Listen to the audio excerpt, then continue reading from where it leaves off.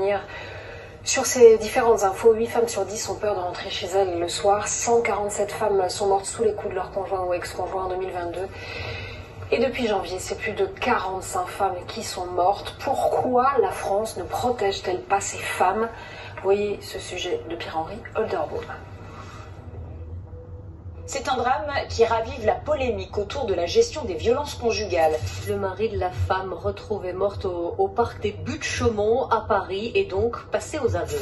Dans le Nord-Gironde d'hier, une femme a été tuée de plusieurs coups de couteau par son ex-conjoint. La victime avait porté plainte contre son ex-compagnon 2 fois, notamment pour violence conjugale. L'homme âgé de 62 ans avait déjà été condamné pour une tentative d'assassinat en 2006 sur sa conjointe de l'époque. Le procès d'un féminicide qui aurait pu être évité. Sandra, 41 ans, mère de 4 enfants, est morte dans d'atroces souffrances. Elle avait déposé plainte 15 jours avant parce qu'elle voulait se débarrasser de lui. Il n'y avait aucune mesure de protection. Aucune. Donc 15 jours après, il est venu et, j'ai envie de dire de façon un peu triviale, il a terminé le travail. Une femme, un adolescent de 15 ans et un nourrisson ont été retrouvés morts ce matin à Dreux, en Eure-et-Loire. Les enquêteurs s'intéressent notamment à l'ex-conjoint de la mère de famille déjà condamnée pour violence conjugale. En 2017, la lutte contre la violence faite aux femmes était déclarée grande cause nationale et depuis un Grenelle pour pas grand-chose. Mais cette semaine, 5 millions de flyers vont être distribués par les policiers et les gendarmes jusqu'à la fin de l'été. Alors, la réponse politique est-elle à la hauteur des enjeux? Pour en parler ce soir, merci d'accueillir Juan José Dorado, maître Isabelle Steyer et la députée Émilie Chandler. Bonsoir, merci, prenez place, prenez place. Bonsoir à tous et à toutes. Émilie Chandler, vous êtes députée Renaissance du Val d'Oise, co-auteur du rapport Rouge Vif sur les violences intrafamiliales, conjugales et les violences subies par les enfants. Maître Isabelle Steyer, bonsoir. Vous êtes avocate au barreau de Paris et vous militez en faveur du droit des femmes et des enfants. Juan José Dorado, bonsoir, merci d'être sur ce plateau. Vous êtes, comme votre nom l'indique, journaliste espagnol correspondant à Paris et vous allez nous parler du modèle espagnol qu'on prend souvent en exemple et dont on a du mal à comprendre pourquoi on ne l'applique pas tout simplement en France. Première question, Émilie Chandler. Que dit votre rapport par rapport à ce qui se passe en ce moment en France? Est-ce que vous pouvez faire un petit résumé et les pistes que vous proposez pour arriver à sortir de cette situation quand même dramatique? Alors, ce rapport, c'est 6 mois d'audition, 300 auditions, 59 recommandations dans l'unique but d'endiguer ce fléau des violences intrafamiliales. On ne s'est pas focalisé sur les violences conjugales, mais vraiment les violences intrafamiliales.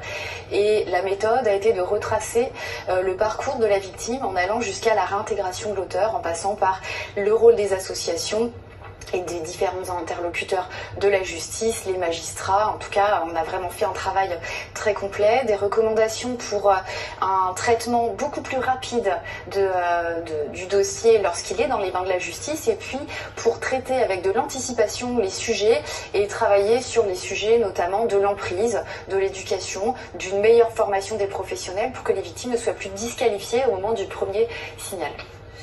Juan José Dorado, est-ce que vous pouvez nous expliquer ce qui s'est passé en Espagne, le moment de cette prise de conscience, est-ce qu'elle a impliqué ensuite, s'il vous plaît? Il faut vous parler déjà d'Ana Orantes, qui était une femme de 60 ans. On est en 1997, elle divorce en 1996, après 40 ans de mariage où elle a été frappée, violée, humiliée, insultée, où les enfants ont été frappés par leur père. Les filles ont eu des gestes incestueux de la part de son père. Elle divorce en 1996.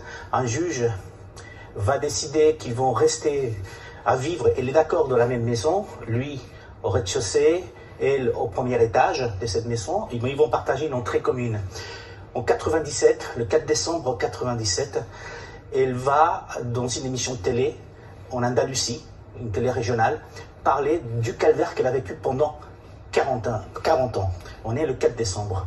Le 17 décembre, elle vient de faire ses courses, il est 14 h, elle rentre chez elle, son ex-mari est là, va lui jeter de l'essence et va la faire brûler vive à la porte de sa maison 13 jours après qu'elle est allée témoigner dans une télé. Et c'est sa petite fille qui habite avec elle, qui rentre de l'école, qui a 12 ans et qui découvre le cadavre de sa grand-mère en train de brûler. Alors ça a vraiment commotionné l'Espagne. Et c'est à partir de là que les politiques ont pris les choses en main. Et donc il y a une réforme du code pénal dans la suite. Et quelques années après, en 2004, il y a un plan de lutte intégrale contre la violence faite aux femmes qui a été approuvé à l'unanimité du Parlement espagnol. À l'unanimité. À partir de 2004, et donc de ce premier plan intégral de lutte de la violence contre les femmes, l'Espagne a développé toute une série de plans et des projets et a beaucoup investi justement pour éviter ces fléaux. On parle là de milliards d'euros. Hein. Alors il y a un troisième plan qui a été approuvé en 2022, le 8 mars, un plan de à peu près 21 millions, 20 milliards 3 exactement, sur plusieurs axes, parce qu'il ne s'agit pas tout simplement d'investir dans la police et dans la justice, mais il s'agit aussi de créer un plan transversal et intégral qui va mettre le ministère de la Santé, le ministère du Logement, le ministère des Affaires sociales, le ministère de l'Éducation. Et donc ce plan, sur 4 plans, c'est 21 milliards sur 4 ans, 2022-2027, et il y a une partie qui est destinée par exemple à colmer la brèche salariale, parce que souvent les femmes qui sont victimes des violences, c'est parce qu'elles n'ont pas les moyens de partir et de laisser son mari. Et donc si vous colmatez la brèche salariale par exemple des femmes, vous commencez à éviter une partie du problème. Mais c'est 21 milliards. C'est une juridiction spéciale en Espagne, n'est-ce pas? Donc il y a ce plan déjà est piloté par le ministère de l'égalité, ce n'est pas la justice, l'intérieur, c'est le ministère de l'égalité qui pilote ce plan et qui donc vérifie que tous les ministères font leur boulot. Et à partir de là, effectivement, il y a des juridictions spéciales qui ont été créées, et notamment des policiers spécialement formés dans tous les commissariats, des juges spécialement formés aux problèmes liés aux violences faites aux femmes. Donc c'est une politique qui est développée effectivement depuis une vingtaine d'années du côté de l'Espagne avec beaucoup d'argent. Maître Steya, qu'est-ce qui se passe en France? C'est un manque de volonté politique? C'est tout, c'est un manque de volonté politique, mais là on y arrive de plus en plus et de mieux en mieux. Un manque de moyens, un manque de formation, un manque de prise de conscience, et tout ça mis bout à bout fait qu'on arrive à des meurtres une fois tous les 2 jours. Lorsque je vois... Oui, toutes les 56 heures, c'est ça. Et lorsque je vois que à peu près une femme sur 2 avait déjà déposé plainte, on réalise qu'on n'a pas une culture qui est la culture de la protection, et de la protection en temps réel. Et là, il faudrait que lorsqu'une femme va déposer plainte dans un commissariat, il y ait immédiatement une évaluation et une mesure de protection, que ce soit par l'éloignement de la femme ou l'éloignement avec une adresse tenue secrète, parce qu'on a aussi ce problème de contrôle coercitif qui fait que monsieur va aller autour de madame et des enfants, ou alors éloigner monsieur du domicile conjugal. Mais il faudrait que lorsqu'une femme va déposer plainte, il y ait immédiatement une réponse en temps réel sur sa protection. Et aujourd'hui, ce n'est pas le cas. Aujourd'hui, quand on voit le triple meurtre de Dreux, le procureur de la République, lui, mais cette femme avait déposé plainte et redéposé plainte, circuler, il n'y a rien à voir, c'est normal. Et bien non, si elle avait été protégée... Le procureur avait même dit que le mari avait été jugé sur la voie de la... Oui, et il ne posait pas de questions auprès du juge d'application des peines. Donc il y a une méconnaissance à la fois des besoins, qui est une protection en temps réel, et une méconnaissance du problème. C'est-à-dire que ces hommes-là, ils ont souvent un double visage. Quand on voit des hommes en audience, on les trouve formidables. Ils sont intelligents, ils s'expriment parfaitement bien, ils répondent à l'interlocuteur. Quand on les interroge auprès de l'école, on trouve que ce sont des bons pères de famille, alors qu'il y a un autre visage, qui est celui effectivement de quelqu'un qui fait semer la terreur au quotidien. Et c'est ça qu'il faut déverrouiller, et notamment la question du contrôle coercitif, qui fait que un homme qui peut paraître comme ça bien sous tout rapport va mettre en place un système de domination et de maîtrise, y compris d'une maîtrise de la pensée de sa compagne, qui va penser qu'elle est en sécurité, comme l'a dit monsieur, dans une maison où elle va habiter au rez-de-chaussée et lui au premier étage. C'est-à-dire qu'il faut aller au-delà même de la parole de ces femmes-là, qui ont encore souvent envie de protéger le père de leurs enfants et leurs compagnons, et qui ont envie malgré tout, toujours recréer une cellule familiale. Donc il faut avoir en tête ce système de prise de possession, de continuum des violences, constamment, au-delà de ce que dit la femme.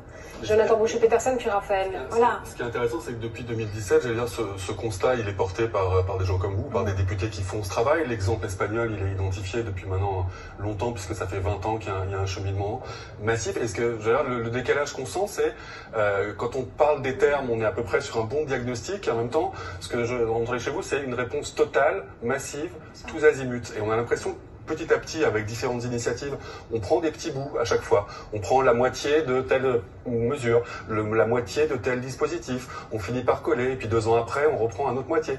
Donc voilà, quand on a proclamé la grande cause nationale, on pouvait attendre, et beaucoup d'associations attendaient, à ce qu'il y ait justement cette espèce de Big Bang. L'idée de dire que voilà, on a suffisamment d'exemples autour de pays où ça se passe pas bien, mais ça se passe mieux.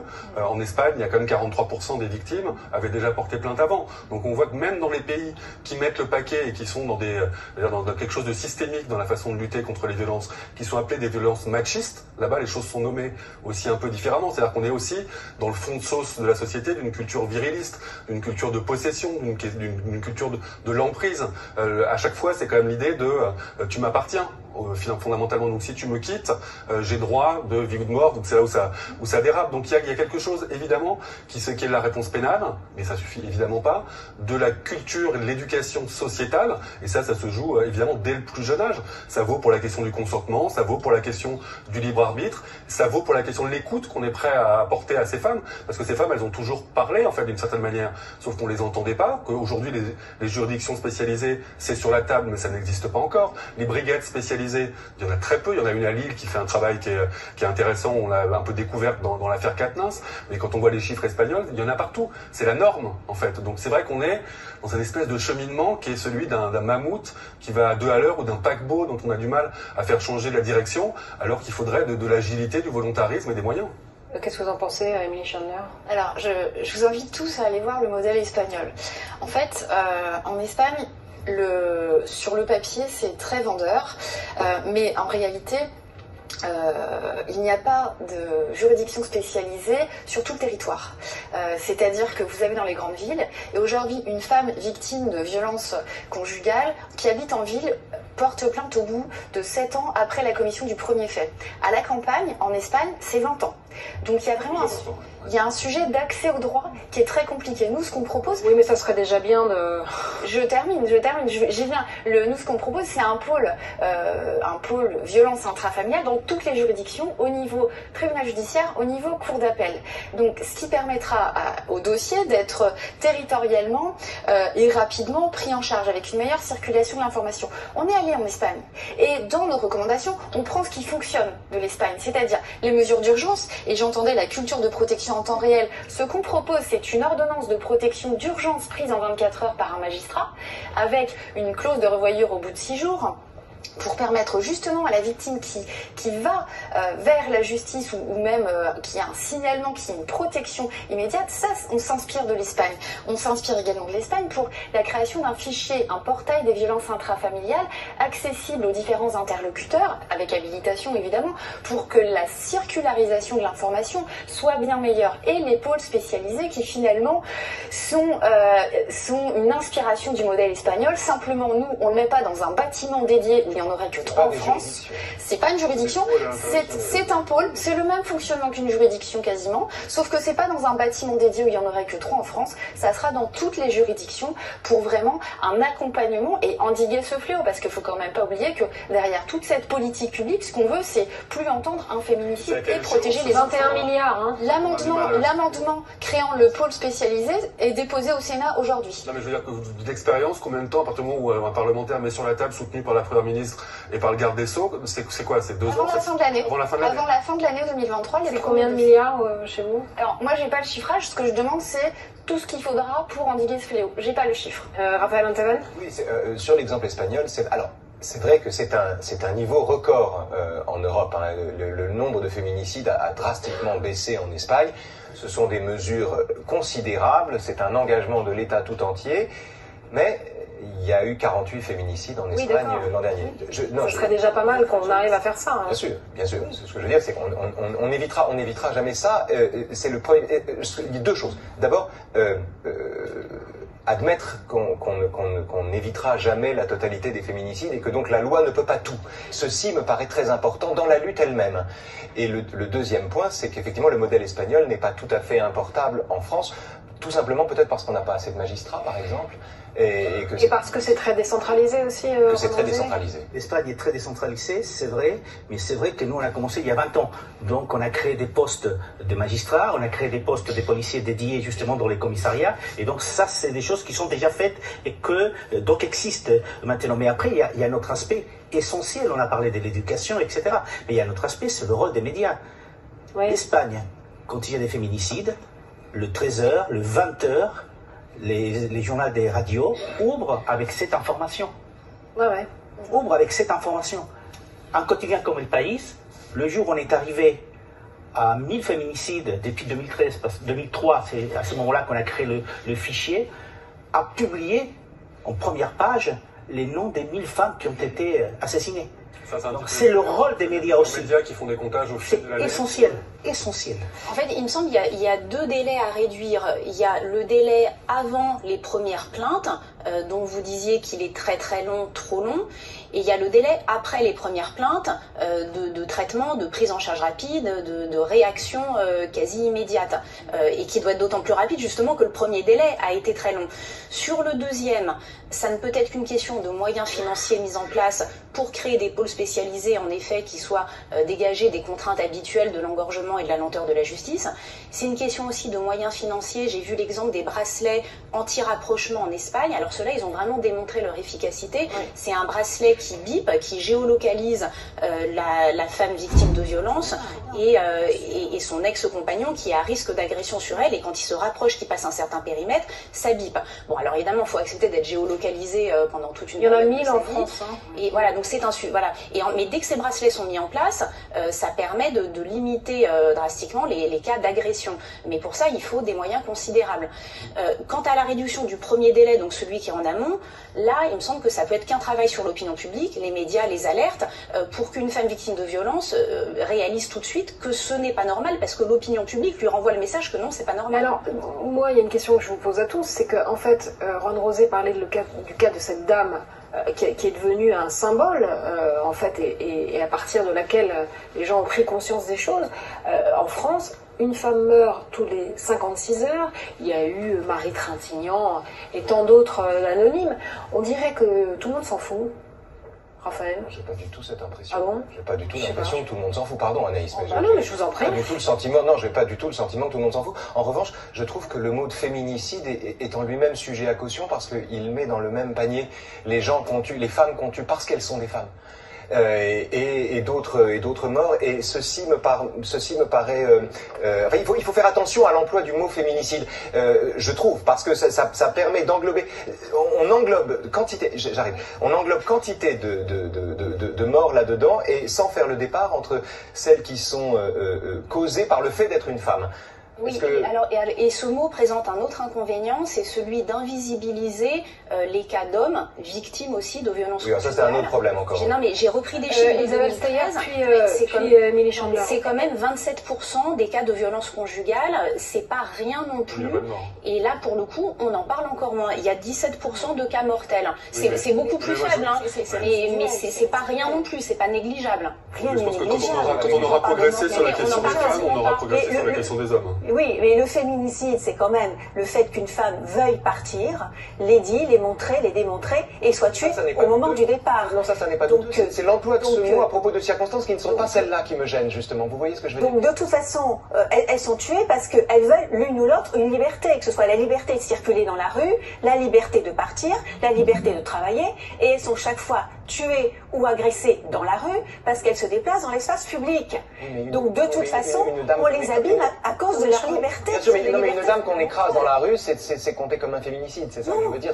Non, pas du tout dans les chiffres. Pas du tout. En revanche, l'enjeu du continuum, c'est là où il y a un enjeu évidemment, là où on est saisi par l'émotion et l'opinion publique, c'est au moment de la mort, évidemment. Sauf que quand on regarde les parcours à chaque fois tels qu'ils sont décrits, que ça passe par des plaintes ou pas par des plaintes, il y a évidemment évidemment eu des signaux faibles, des signaux d'alerte, une forme de même moins faible, hein. Non, parfois des signaux pas faibles, et c'est là où l'enjeu de la formation des professeurs, des professeurs d'un côté évidemment, mais surtout des policiers, et ça même la Première ministre ou Madame Rome, la ministre, le reconnaît. Pourtant on avait eu Marlène Schiappa sur ce plateau qui quand même nous expliquait non pas que tout était beau, mais que tout avait été fait, et que c'était juste une question de temps pour que ça infuse et qu'on allait progresser. On se rend bien compte, et on a eu le témoignage de cet infiltré dans la police qui racontait que la formation était juste ridicule, ou en tout cas à côté de la plaque, et notamment quand il s'agit des violences intra-conjugales.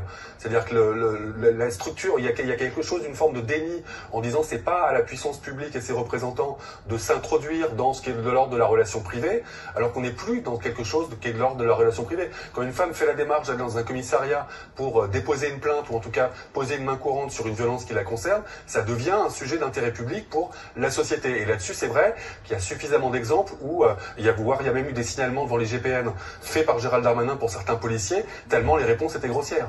Donc là-dessus, il y a quand même des leviers. Donc moi, je pense que votre rapport, il est, honnêtement, tout ce qu'on en a entendu, on a le sentiment qu'il y a une réponse qui est tout à fait cohérente, quoi. Après, c'est ce décalage entre la lucidité de parlementaires qui travaillent et une volonté politique qui est affirmée depuis 2017, avec un constat qui est quand même plutôt un constat d'échec qu'un constat de progrès. Puis le temps que ça infuse, ça a un sens aussi. C'est-à-dire que les formations, ça prend du temps, la pratique aussi, ça prend du temps. Donc c'est inévitablement un processus.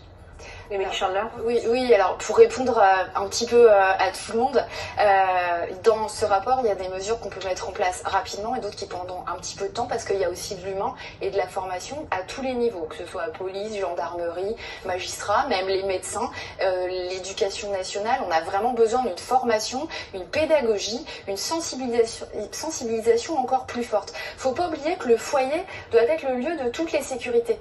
Et on parle de féminicide, mais moi j'entends pas beaucoup parler des enfants.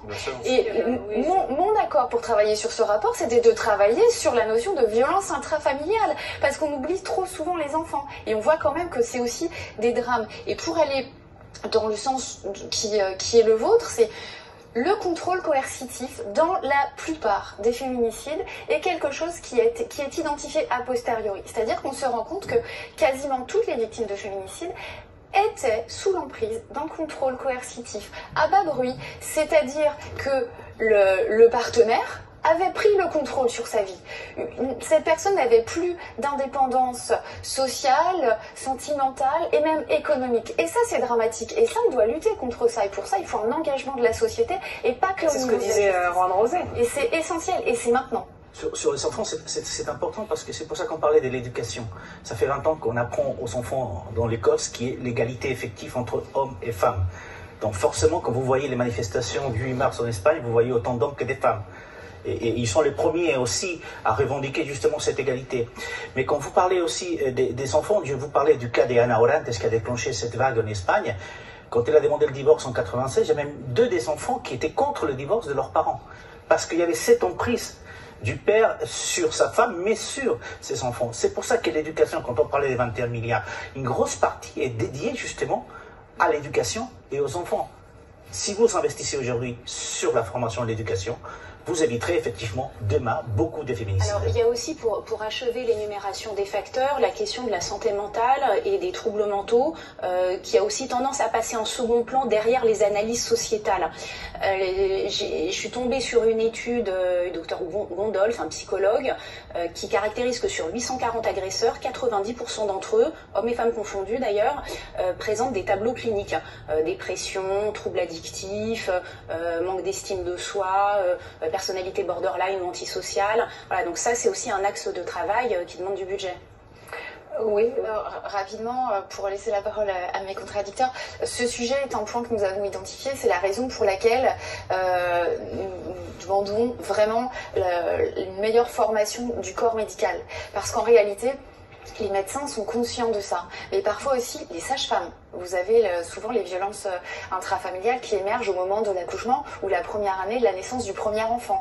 Tout ce qui tourne autour des addictions, tout ce qui tourne autour de la prise en charge par des infirmières qui rentrent dans les foyers. Finalement, ce corps médical, on a vu l'éducation, mais il y a aussi ce corps médical qui est sensibilisé à ça et qui doit comprendre pourquoi son intervention est essentielle dans la suite. Et ça, c'est vraiment de la pédagogie, de la sensibilisation et de la formation. Maître Seya, un petit mot de conclusion. Est-ce que vous êtes optimiste ?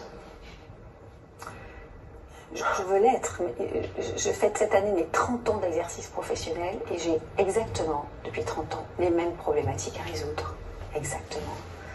Donc cette question d'emprise, de contrôle, de protection des enfants, de formation des magistrats. Et parfois, je veux dire, c'est même pas une question de formation, c'est une question de bon sens.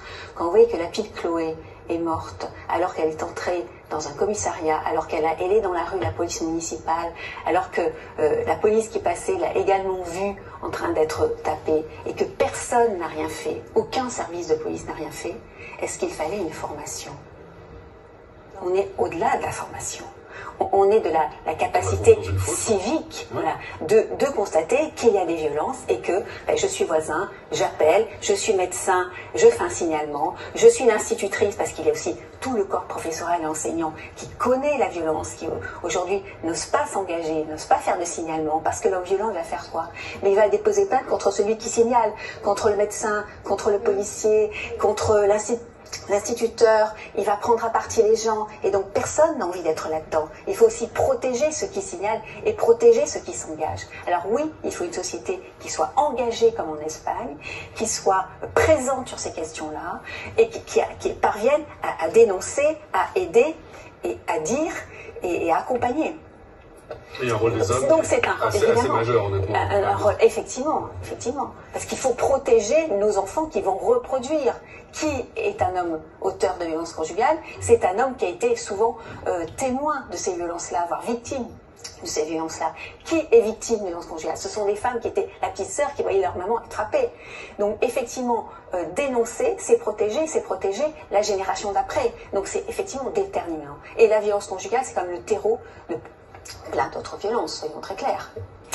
Pour rebondir sur ce que vous avez dit, Juan José Dorado, on pourrait appeler les médias français à cette prise de conscience et à ouvrir systématiquement, c'est-à-dire pratiquement tous les 2 jours, sur le féminicide du jour, si j'ose dire. Enfin, c'est quand même une question fondamentale. Merci à tous les 3. Merci Émilie Chandler, merci Isabelle Steyer, merci Juan José Dorado.